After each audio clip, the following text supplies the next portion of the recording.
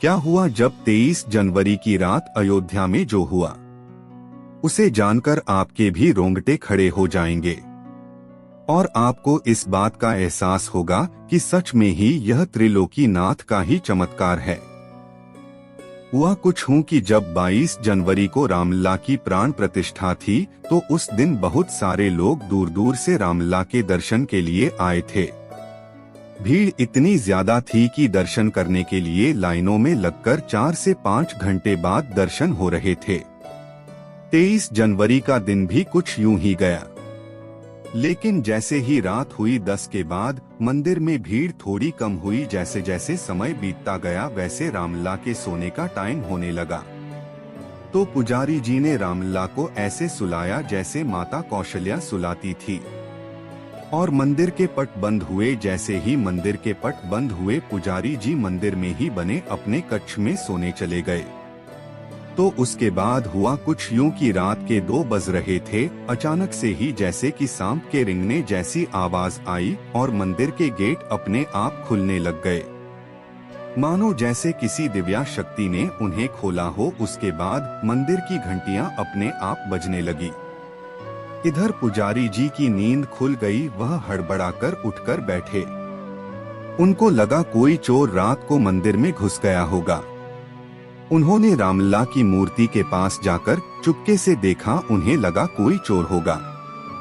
लेकिन पुजारी जी क्या देखते हैं कि वह तो कुछ और ही था। उन्होंने देखा कि रामलला की मूर्ति के सामने एक महान तेजस्वी अघोरी खड़ा था, जिसकी लंबी लंबी काली काली लटाई थी और उन लताओं से सर में जुड़ा जैसा कुछ बना था। हाथ में कमंडल और तन में राख लिपटी हुई थी। हाथों और गले में रुद्राक्ष की माला पहन रखी थी और उनके माथे पर एक अलग ही तेज चमक रहा था। वह अघोरी कोई और नहीं बल्कि साक्षात भोलेनाथ स्वयं थे, जो अपने राम जी से मिलने आए थे। लेकिन इस बात का पुजारी जी को नहीं पता था।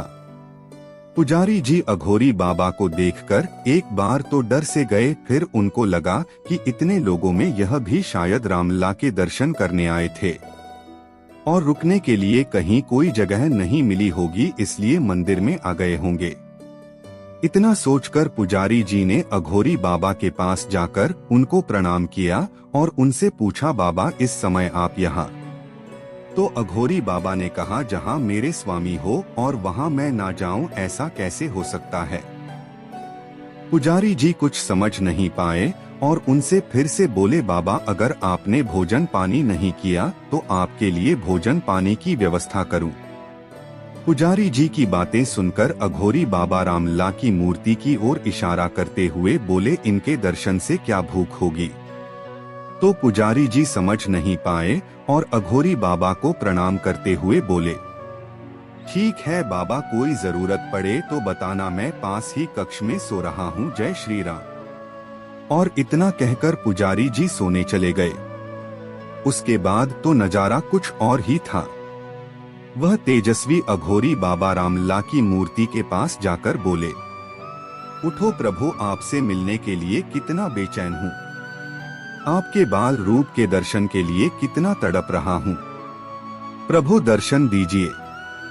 इतना सुनना था कि रामलला की मूर्ति से आवाज आई, बिना आपके दर्शन करें बिना मैं कैसे सो सकता हूँ। भगवान कब से आपके आने की प्रतीक्षा कर रहा हूँ, इतनी देर क्यों कर दी? तो अघोरी बाबा बोले, हे प्रभु, जहाँ आपका बाल रूप हो और आपके बाल रूप की लीला देखने में ना आऊं, ऐसे कैसे हो सकता है? कब से आपके दर्शन के लिए प्रतीक्षा में हूँ। आज आपसे साक्षात कलयुग में मिलकर ऐसा लग रहा है जैसे त्रेता युग में आपसे मिलने आया था, आपकी बाल लीला में शामिल होने आया था। जहां सारे देवगण आपकी बाल लीला में कोई ना कोई रूप बनाकर शामिल और आपकी लीला को अपनी आंखों से देखते हैं, तो मैं कैसे पीछे रह सकता हूं? अघोरी स्वरूप भोलेनाथ बोले। उसके बाद रामलला और भोले बाबा वह पल याद करने लगे। बात त्रेता युग की है, जब अयोध्या नगरी में राम जी के 5 साल के होने की खुशियां मनाई जा रही थी, चारों ओर बधाइयां दी जा रही थी। उस समय देवाधिदेव शंकर जी ने अपनी दिव्य दृष्टि से अयोध्या नगर में मंगलगान और बधाई हो का दृश्य देखा। उसका वर्णन करते हुए पार्वती जी को बताया कि भगवान श्री राम 5 वर्ष के हो गए हैं और मेरा हृदय उनका बाल मुख देखने के लिए छटपटा रहा है। मेरा जी चाहता है कि श्री राम की लीला में शामिल होने पृथ्वी पर चला जाऊं। यह सुनकर माता पार्वती का हृदय विचलित हो गया और माता पार्वती बोली, स्वामी मैं कैसे रह पाऊंगी बिना आपके। शंकर जी मुस्कुराए और बोले, प्राण प्यारी मैं अपने रुद्रों में से एक रुद्र को अपने वानर स्वरूप में भेजूंगा और बाकी रुद्र के रूप में इसी तरह तुम्हारे संग रहूंगा। शिव शंकर ने राम जी का ध्यान लगाए पार्वती जी को कहा, अब तुम हमें राम जी के द्वार पर नाचते हुए देखोगे। बस फिर क्या हुआ, भोलेनाथ जी पलक झपकते ही पहुंच गए अयोध्या नगरी राजा दशरथ के महल के सामने और बजाने लग गए डमरू। यह तो सभी जानते हैं, जब वानर और मदारी किसी के द्वार पर जाते हैं तो डमरू खंडकाते हैं और सबसे पहले इसकी आवाज पर बच्चों का ध्यान जाता है और बच्चे घर से निकलकर बाहर आ जाते हैं। बस ऐसा ही राम लखन दौड़कर महल के द्वार पर आ गए। राम लखन को बाहर जाता देखकर उनके पीछे पीछे माताएं भी आ गई। कौशल्या केकई सुमित्रा ने बच्चों को गोद में उठा लिया और देखने लगी वानर का तमाशा। तनिक कल्पना कीजिए कितना मनोरम दृश्य होगा, कितना सुख मिल रहा होगा हनुमान जी को। राम जी ताली बजा बजा कर हंस रहे हैं, लेकिन डमरू बजाते बजाते अचानक शंकर जी ने रस्सी खींची और हनुमान जी को बैठने का इशारा किया। मदारी और वानर के कर्तव्यों से प्रश्न होकर माता कौशल्या ने हीरे और जाबरा से भर थाल मंगवाया और मदारी भोले शंकर को अर्पण करने लगे। शंकर जी ने कहा, मैया मुझे कुछ नहीं चाहिए। बेचारी रानियां क्या जाने कि जिनकी दृष्टि से सारे पर्वत हीरे बन सकते हैं, उन्हें कौन कुछ दे सकता है। अब उनको क्या पता कि भोलेनाथ को धन दौलत से क्या लेना। उनका खजाना तो श्री राम जी है, जिनके लिए वह यह सब कर रहे हैं। शिव शंकर जी ने जाने के लिए हनुमान की रस्सी खींची, परंतु हनुमान जी तो जमीन पर लेट गए कि भगवान मैं तो आपके पास रहने के लिए आया हूँ और भोले बाबा मुझे ले जा रहे हैं, कोई उपाय करो दीनानाथ, मुझे अपने पास रख लो। तब राम जी कौशल्या माता से बोले, माता मुझे यह वानर ले दे, जो बाबा मांगे वह देते नहीं तो मैं भी इस वानर के संग चला जाऊंगा।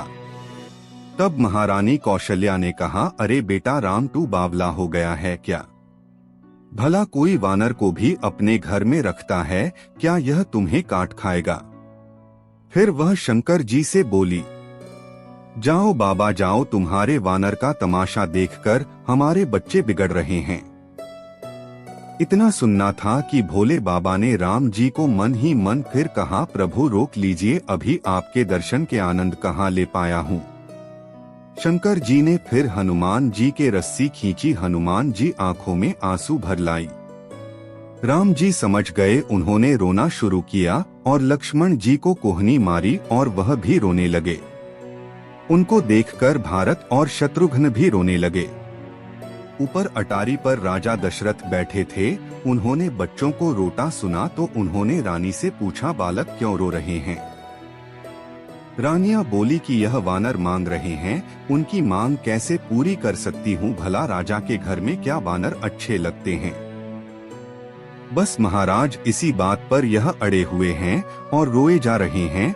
महाराज दशरथ बोले, मेरे यह चारों पुत्र मेरे प्राणों से भी प्यारे हैं। मेरे बालकों को जो चाहिए वह इन्हें दे दो और बदले में इन्हें हीरे मोती चाहिए उन्हें दे दो। राजा की आज्ञा के आगे रानियां भी मजबूर हो गई और बोली, यह मदारी बाबा राजा जी की आज्ञा का पालन कीजिए, यह वानर हमें दीजिए, इसके बराबर सोने चांदी तोलकर आप ले लीजिए। अब शंकर जी की बारी आई, उन्होंने नाटक रचाया और बोले, महारानी आप क्या कहते हो? मैं यहाँ वानर बेचने नहीं आया हूँ, यह बचपन से मेरे साथ है और मेरी रोजी रोटी का एकमात्र गुजारा है, इसे नचाकर मैं अपनी रोजी रोटी पूरी कर रहा हूँ। फिर शंकर जी बोले कि मैया अगर तुम झोली फैलाकर मांगोगे तो बिना मांगे ही दे दूंगा। दुखी होकर रानिया ने झोली फैलाई। तब शंकर जी बोले माता मुझे वानर देने में कोई संकोच नहीं है, परंतु इस वानर को एक बुरी आदत पड़ी है। रनिया बोली वह क्या बाबा? तब शंकर बाबा श्री मदारी ने कहा इसको भजनों पर नाचने की आदत पड़ी हुई है, अगर यह नाचेगा नहीं तो बीमार पड़ जाएगा। अब सोच लो तुम्हारे घर में इसे कौन नचाएगा? तब 5 साल के रामलला बोले मैं उसको रोजाना नचाऊंगा, यह मेरी जिम्मेदारी रहेगी।